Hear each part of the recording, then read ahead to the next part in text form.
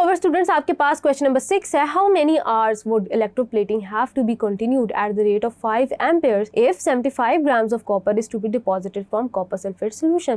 Students, आपसे आर में वैल्यू मांगी गई है कि कितना टाइम लगेगा इलेक्ट्रोप्लेटिंग को which have to be continued, और आपको रेट बताया है कि 5 amperes if 75 grams of copper is to be deposited from copper sulphate solution. तो स्टूडेंट्स, आपके पास डेटा में इस तरह से है कि आपके पास 1 मोल के लिए कितना मोलर मास होता है, उसमें आपने लिखा 64 ग्राम्स। रिक्वायर्ड मास आपके पास 75 ग्राम्स है, आप क्या करेंगे, उसके थ्रू मोल्स कैलकुलेट करेंगे। 1.18 मोल्स होंगे, आप इसको 1.18 मोल्स भी कह सकते हैं। देन स्टूडेंट्स, करंट आपके पास 5 एम्पेयर आ रहा है और आपने टाइम कैलकुलेट करना है।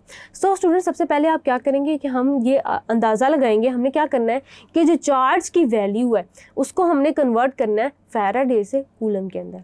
अब स्टूडेंट्स, 1 मोल को 2 मोल्स ऑफ इलेक्ट्रॉन्स चाहिए to become 1 mole of copper, यानी कि कॉपर को डिपॉजिट होने के लिए उसी के मास के लिए हम बताएंगे ना इलेक्ट्रोप्लेटिंग के लिए टाइम की value.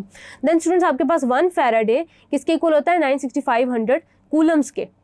Then students, hence the charge required to produce 1 mole will be 2f, यानी कि 2 को आपने मल्टीप्लाई कर दिया इस वैल्यू से। अब आपके पास जो चार्ज है रिक्वायर्ड टू प्रोड्यूस 1 पॉइंट, अब आपने पहले डिस्कस किया कि 2 मोल्स 1 मोल जनरेट करेंगे, लेकिन आपके पास जो है 2 इलेक्ट्रॉन्स यानी कि 2 फैराडे ऑफ चार्ज आपके पास कंज्यूम हो रहा है, 1 मोल जनरेट कर रहा है, तो 2 को आप मल्टीप्लाई कर देंगे फैराडे से। देन स्टूडेंट्स, आपने क्या करना है, 1.178 मोल्स के लिए आपने वैल्यूज कैलकुलेट करनी है, या 1.18 मोल्स ऑफ कॉपर के लिए आपने वैल्यू कैलकुलेट करनी है। तो उसको आप क्या करेंगे कि आप उसको भी मल्टीप्लाई कर देंगे इस एग्जिस्टिंग वैल्यू से और आपके पास ये अमाउंट आ जाएगी चार्ज की। अब स्टूडेंट्स, आपने इससे करंट की वैल्यू आपको ऑलरेडी पता है कि 5 एम्पेयर है।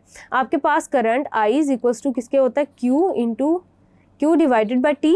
अब आपने क्या करना है स्टूडेंट्स, आपके पास चार्ज की वैल्यू गिवन है, आपने टाइम निकालना है।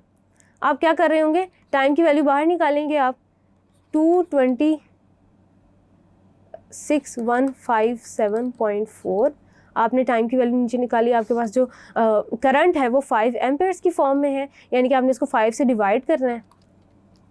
तो स्टूडेंट्स, हम देखते हैं कि हमारे पास क्या वैल्यू आती है, 6157.4 डिवाइडेड बाय 5, 45231। तो स्टूडेंट्स, आपके पास कुछ इस तरह से सेकंड्स में वैल्यू आती है, 45231.48 सेकंड्स। अब स्टूडेंट्स, हमने जब सेकंड्स में वैल्यू लिखी है तो हमने इसको आवर्स में कन्वर्ट करना है। Students, 1 hour is equal to 3600 seconds, तो हम इसको आवर्स में कन्वर्ट कर सकते हैं कैसे, by dividing t is equal to 45231.48 divided by 3600, और ये आपके पास आवर्स में वैल्यू आ जाएगी 45231.48 डिवाइडेड बाय 3600।